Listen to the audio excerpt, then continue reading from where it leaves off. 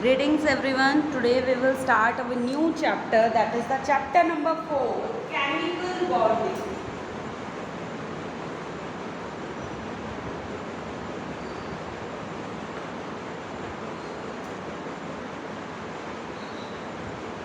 Chapter number 4, chemical bonding. बेटा it's a very important chapter to understand. बेटा ये chapter हमारे लिए बहुत important है समझने के point of view से. बेटा chemical bonding क्या होती है? चैप्टर को समझो. सबसे पहला चैप्टर था मैटर इन अवर सराउंडिंग या some basic concepts of chemistry.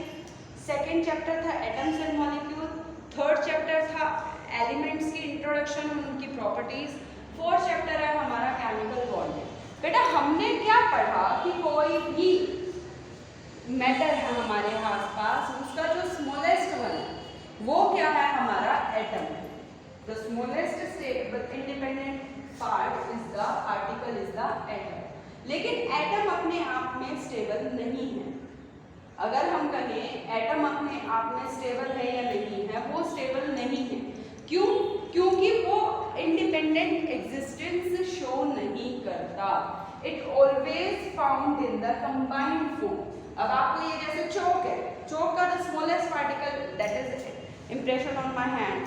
You see there is a small dots left on my hand. तो बेटा ये भी क्या है, अपने आप में एटम नहीं है, ये अपने आप में स्टेबल फॉर्म है. एटम स्टेबल क्यों नहीं है? जैसे अगर मैं बात करती हूँ लिथियम की, या आप ले लो बहुत कॉमन एग्जांपल है सोडियम. सोडियम का एटॉमिक नंबर क्या था? Configuration 1s2 2s2 2p6 3s1. ये है सोडियम का इलेक्ट्रॉनिक कॉन्फ़िगरेशन. क्या इसमें आपको दिखाई दे रहा सोडियम स्टेबल है? नहीं है, क्योंकि स्टेबल वर्ड हम किसके लिए जोड़ते हैं? स्टेबल वर्ड हम उसके लिए जोड़ते हैं which have nearest noble gas configuration. Helium, neon, argon, krypton, xenon, radon. इन सब के लिए जैसे 2s2 हीलियम में से 2s2 है, बाकी सॉरी 1s2 है, 2p6 3p6 2s2 2p6 3s2 3p6 4s2 4p6 5s2 5p6 6s2 6p6. यानी जिसकी outer shell configuration fully filled है वही चीज तो स्टेबल कहलाएगी. लेकिन सोडियम अपने आप में स्टेबल नहीं है. तो स्टेबल कैसे होते हैं ये? How they can be stabilized? They can stabilize through the chemical bonding. वे अपने आप में बॉन्ड बनाते हैं. यानी chemical bonding the force of attraction between the atoms to be getting as a molecule और कंपाउंड. जब कोई एटम मॉलिक्यूल या कंपाउंड की फॉर्मेशन शो करेगा that is the showing the force of attraction. यानी उनके बीच की फोर्स ऑफ अट्रैक्शन को हम क्या कहेंगे? Chemical bonding. Why they are want to get force of attraction? क्यों होते हैं बेटा वे फोर्स ऑफ अट्रैक्शन क्यों शो करते हैं? Because they want to be get stabilize. उनको स्टेबल होना पड़ता है. स्टेबल होने के लिए क्या करेंगे? वो एक्सचेंज करेंगे इलेक्ट्रॉन को. हाउ? They get stabilize. कैसे स्टेबलाइज होंगे बेटा? बाय ट्रांसफर या exchange of electrons. Electronic participation की वजह से वो स्टेबल होंगे. कैसे वो अपने आप में स्टेबल होंगे? वो दो तरीके से केमिकल बॉन्डिंग शो कर सकते हैं. कैसे शो करेंगे बेटा? By complete transfer of electrons और बाय शेयरिंग ऑफ इलेक्ट्रॉन्स.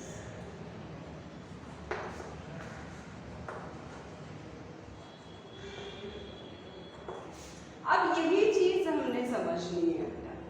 यही चीज पूरे चैप्टर का बेस यही है हमारा कि जब वो इलेक्ट्रॉन में पार्टिसिपेशन करवाते हैं टू बी गेट स्टेबलाइज, वो अपने आउटर शेल में ऑक्टेट पूरा करना चाहते हैं, वो अपने आप में स्टेबल होना चाहते हैं, तो वो क्या करेंगे, वो इलेक्ट्रॉन पार्टिसिपेशन करवाएंगे और वो शेयरिंग ऑफ इलेक्ट्रॉन शो करेंगे। जैसे भी हो, मीन्स इलेक्ट्रॉन को आधार रख के ये थ्योरी आई और ये किसने दी थी बेटा, Kossel Lewis, Kossel and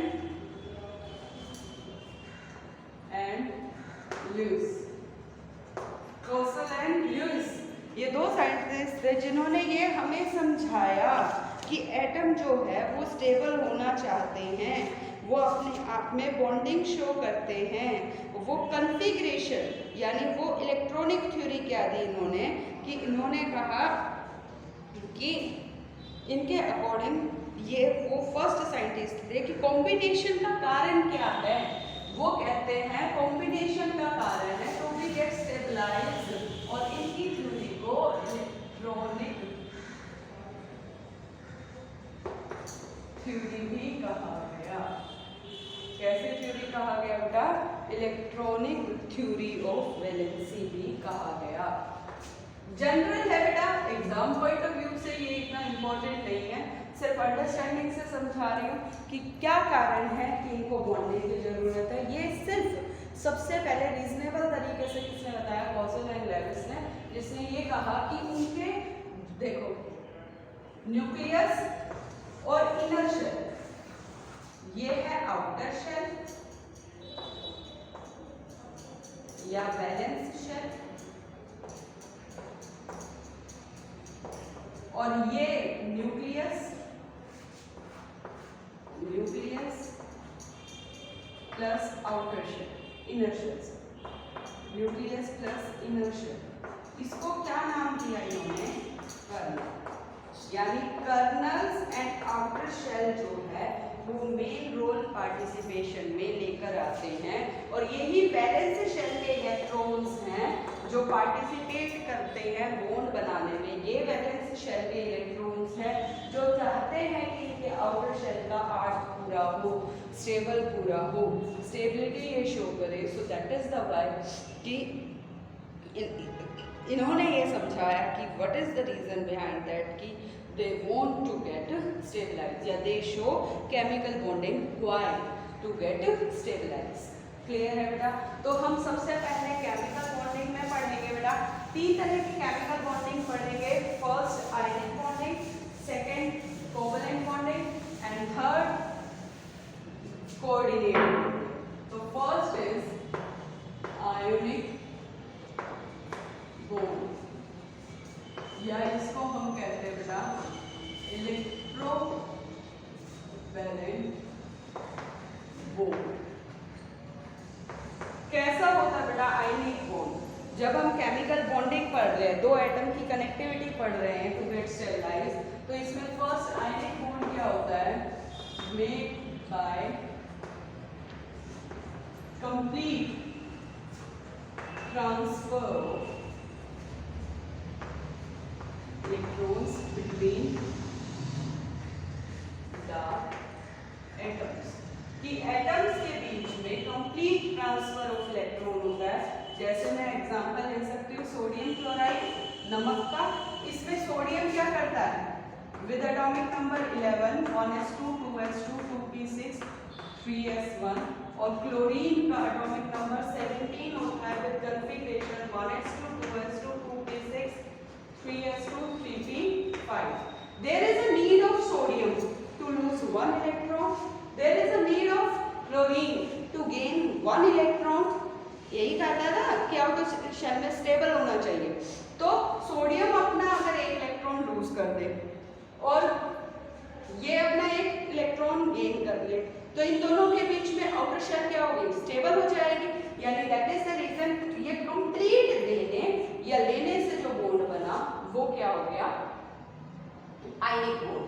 after losing 1 electron Na positive, it becomes 1s2 2s2 2p6, and after gaining 1 electron by the chlorine 1s2 2s2 2p6 3s2 3p6, ये अपने आप में हो गए स्टेबल।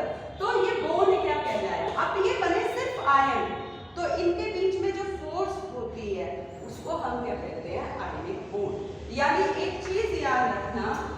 कि ये क्वेश्चन है बेटा आपका, favourable conditions for ionic bond. किसी भी एटम में जो आयनिक बॉन्ड बन रहा है उसकी फेवरेबल कंडीशन क्या है? आप एक कैटायन बनाने के लिए इलेक्ट्रॉन को निकाल रहे हो। आपको प्रीवियस चैप्टर में भी पढ़ाया था कि जो इलेक्ट्रॉन को निकालते वक्त हम एनर्जी देते हैं, that we call the ionisation enthalpy. कैसी कहलाती है वो एनर्जी? आयोनाइजेशन एंथैल्पी कहलाती है। कि बेटा अगर कोई एटम है उसमें से हम इलेक्ट्रॉन निकाल रहे हैं, दैट इलेक्ट्रॉन को निकालते वक्त जो एनर्जी हमें चाहिए वो आयोनाइजेशन एंथैल्पी है। अगर आपको किसी को इलेक्ट्रॉन को निकालते वक्त ज़्यादा एनर्जी देनी पड़ रही है तो वो तो अच्छी बात नहीं है, वो आयनिक बॉन्ड नहीं चाहता, आप जबरदस्ती कर रहे हैं। लेकिन जिसको देने में आपको एनर्जी कम लग रही है, यानी वो कैटायन बनना चाहता है, तो favourable condition for ionic bond का मतलब यही है कि कौन कौन से फैक्टर्स है जो फेवर करते हैं आयनिक बॉन्ड को बनने में, कि उसकी आयनाइजेशन एंथैल्पी लो होना चाहिए। सेकेंड, आप देख रहे हो जब भी कोई एनायन बनेगा by the gain of one electron, और गेनिंग के टाइम पे जब वो एनर्जी रिलीज करता है वही तो क्या कहलाती है बेटा? क्या कहलाती है? Electron gain enthalpy. यानी एक लाइन हमेशा याद रखना बेटा, higher the energy lower will be the stability and lower the energy higher will be the stability. यानी जो जितनी एनर्जी छोड़कर अपनी एनर्जी कम कर लेगा वो अपने आप में स्टेबल होगा, यानी हाई एनर्जी उसको रिलीज करनी है। High negative electron gain enthalpy. क्या फेवरेबल कंडीशन हो गई कि उसकी आयोनाइजेशन एंथैल्पी कम होनी चाहिए और उसकी इलेक्ट्रॉन गेन एंथैल्पी ज़्यादा रिलीज होनी चाहिए, यानी वो इच्छुक है तो वो आयनिक बॉन्ड बनाएगा। अब ये सिर्फ क्या बने? आयन बने। बेटा इन आयंस को जब हम जोड़ते हैं, कैटायन बन गया, एनायन बन गया। अब इनकी जो फोर्स है बेटा, ये सिर्फ ऐसा बॉन्ड नहीं बनाते like this, no, this is the covalent bond, sharing वाला बॉन्ड नहीं बनता। अब ये अपने आप में बहुत सारे कैटायन, बहुत सारे एनायन अपने आप को अरेंज करते हैं। क्या करते हैं बेटा? वो अपने आप को अरेंज करते हैं, और जब वो अरेंज करते हैं तो उस टाइम पे भी वो स्टेबल होना चाहते हैं, यानी उस टाइम पे भी एनर्जी रिलीज करेंगे। तो वो कौन सी एनर्जी रिलीज करते हैं बेटा? High lattice energy. तो ये चीजें आपने समझनी है कि आयनिक बॉन्ड सिंपल हम समझते हैं लेकिन ऐसा नहीं होता। एक्चुअल में कैटायन बनना है, एनायन बनना है। कैटायन बनने के लिए उसको ज़्यादा एनर्जी नहीं देनी चाहते हैं हम, यानी उसकी आयनाइजेशन एंथैल्पी कम होनी चाहिए, इलेक्ट्रॉन गेन एंथैल्पी ज़्यादा रिलीज होनी चाहिए, और लैटिस एनर्जी भी ज़्यादा रिलीज होनी चाहिए, यानी अपने अंदर उसकी कम एनर्जी रह जाए, यानी वो स्टेबल हो जाए। अब मैं आपको कहूँ कि जैसे मैं कह रही थी आपको कि NaCl कोवैलेंट की तरह बॉन्ड नहीं बनाता, एक्चुअल में उसकी अरेंजमेंट अगर मैं आपको समझाऊं, उसकी अरेंजमेंट को हम क्या बोलते हैं? लैटिस। क्या बोलते हैं बेटे? लैटिस। तो उसकी लैटिस कैसी होती है, अरेंजमेंट कैसी होती है बेटा? आयनिक बॉन्ड में अगर हम सॉलिड की बात करें, आयनिक बॉन्ड शो करने वाले सॉलिड को हम आयनिक सॉलिड कहेंगे। तो आयनिक सॉलिड में जैसे मैं आपको कहूँ, लैटिस होता है बहुत बड़ा स्ट्रक्चर। लैटिस क्या होता है? नमक आप देखते हो, वो होता है बहुत बड़ा स्ट्रक्चर, और उसका जो स्मॉलेस्ट सेक्शन होता है बेटा वो यूनिट सेल है। तो 12th में पढ़ोगे बेटा ये सारी चीजें आप। और अगर मैं आपको कहूँ कि एक सोडियम और एक क्लोरीन आके अरेंज हो जाता है बॉन्ड बनाने में, ऐसा नहीं होता, वो अलग ही तरह का स्ट्रक्चर शो करते हैं। मैं क्लोरीन को शो कर रही हूँ विद सर्कल और सोडियम को शो कर रही हूँ विद डार्क पॉइंट। तो क्लोरीन एक्चुअल में इस तरीके से 8 कॉर्नर्स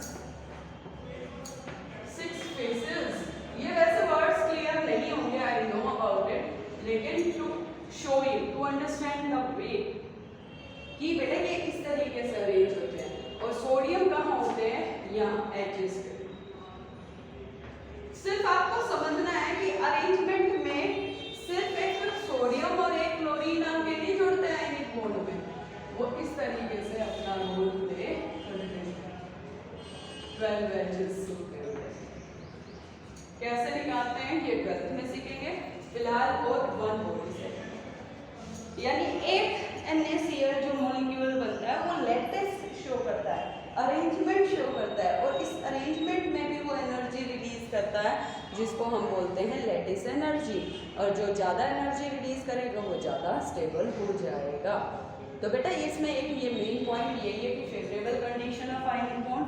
प्रॉपर्टीज की बात करूँ मैं, एग्जाम पॉइंट ऑफ व्यू से नहीं लेकिन केमिकल बॉन्डिंग को अंडरस्टैंडिंग पॉइंट ऑफ व्यू से, क्रिस्टल होता है ये, क्रिस्टलाइन, क्रिस्टलाइन मतलब सॉलिड फॉर्म में होता है, soluble in water,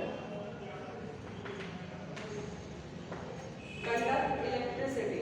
10th class में भी पढ़ा था आपने आयनिक सॉलिड के बारे में, कंडक्ट इलेक्ट्रिसिटी। और क्या पॉइंट्स होते हैं बेटा आयनिक सॉलिड को, अगर आप समझें कि अगर आप आयनिक बॉन्ड को पढ़ रहे हैं तो आयनिक सॉलिड की क्या प्रॉपर्टीज और हो गई बेटा, high melting and boiling point, यानी इसको मेल्ट करना और बॉयल करने में बहुत ज़्यादा टेम्परेचर चाहिए क्योंकि सॉलिड है, स्ट्रॉन्ग सॉलिड है, सॉलिड है बेटा, स्ट्रॉन्ग है। और क्या है, नॉन डायरेक्शनल कहते हैं जैसे, नॉन डायरेक्शनल। नॉन डायरेक्शनल का मतलब आप ऐसे कोई डायरेक्शन नहीं बना सकते बॉन्ड की, जैसे मैं आपको कोवैलेंट बॉन्ड में सिखाऊंगी। तो ये आयनिक सॉलिड के अपने क्राइटेरिया है, अंडरस्टैंडिंग पॉइंट है। अब जैसे आप लोअर क्लासेस में आपको फॉर्मूला बनाना सिखाया था ना, calcium chloride, calcium chloride, calcium पे 2 पॉजिटिव Cl पे 1 नेगेटिव, 2 + -1 क्रॉस मल्टीप्लाई किया तो फॉर्मूला ये बन गया। तो ऐसा ही फॉर्मूला होता है, कोई डायरेक्शन नहीं होती बॉन्ड बनाने की इसकी।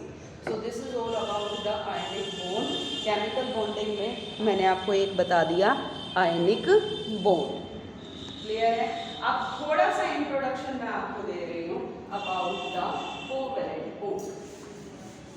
Second kind of bond is covalent bond.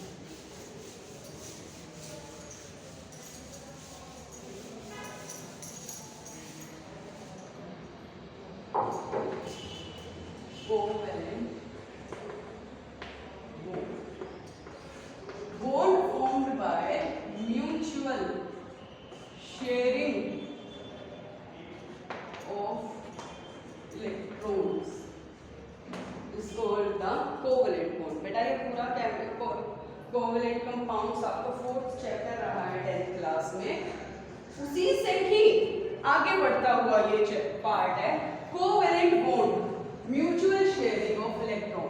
अब मान लो किसी एटम का छोटा साइज या कोई इलेक्ट्रॉन नहीं देना चाहता, जैसे carbon, electron 6 1s2 2s2 2p2, ये ना तो गेन कर सकता है ना लूज कर सकता है, उसको ऐसे समझ लो 2 और 4 करके समझ लो। स्टेबल होने के लिए आउटर शेल में 8 पूरे होने चाहिए, 8 पूरे करने के लिए 4 देगा या 4 लेगा, एनर्जी बहुत ज्यादा रिक्वायर्ड हो जाएगी, गेन करने में भी लूज करने में भी। गेन करने वाली इलेक्ट्रॉन गेन एंथैल्पी ज्यादा रिलीज नहीं हो पाएगी, या इलेक्ट्रॉन लूज करवाने वाली आयनाइजेशन एंथैल्पी हमें बहुत ज्यादा देनी पड़ेगी। तो उस सिचुएशन में इसके पास क्या कंडीशन है, ये भी तो स्टेबल होना चाहता है, इसके पास बशर्ते इलेक्ट्रॉन को लूज करने या गेन करने की टेंडेंसी नहीं है। अब लिथियम 2 1 कॉन्फ़िगरेशन ऐसे भी लिखते हो आप विद एटॉमिक नंबर 3 या 1s2 2s1। अब ये बहुत ज्यादा स्मॉल साइज का है, ये न्यूक्लियस से बहुत ज्यादा क्लोज है, तो आउटर शेल इलेक्ट्रॉन को न्यूक्लियस बाहर नहीं जाने देता, यानी इसकी आयनाइजेशन एंथैल्पी बहुत ज्यादा हाई है, इसकी आयनाइजेशन एंथैल्पी बहुत ज्यादा हाई है, ये नहीं चाहता इलेक्ट्रॉन को छोड़ना। बेशक एक इलेक्ट्रॉन छोड़ के स्टेबल हो सकता है, लेकिन न्यूक्लियस नहीं चाहता इलेक्ट्रॉन छोड़ना। इन सच सिचुएशन, इन सभी सिचुएशन में जहां पर साइज बहुत छोटा है या उसके वैलेंस इलेक्ट्रॉन 4 है, तो उस सिचुएशन में क्या होता है, they are doing the mutual sharing of electron, साझेदारी कर लेते हैं। जो अपने अपने इलेक्ट्रॉन नहीं देना चाहता वो आपस में साझेदारी कर लेते हैं। जैसे हाइड्रोजन हाइड्रोजन लोअर क्लासेस में पढ़ा है, एक इलेक्ट्रॉन इसका एक इलेक्ट्रॉन इसका, ये आपस में साझेदारी कर ली कि शेयर कर ले भाई, तू मेरे भी इलेक्ट्रॉन मैं तेरे इलेक्ट्रॉन। तो HH के बीच में कैसा बॉन्ड बन गया, शेयरिंग वाला बॉन्ड बन गया, that we call the covalent bond. अब ये कोवलेंट बॉन्ड में क्या क्या कंडीशंस चलती है, क्या क्या तरीके चलते हैं बेटा, ये हम डिस्कस करेंगे in the next video. So today is more about ionic bond, so you have to be understand the ionic bond. Thank you.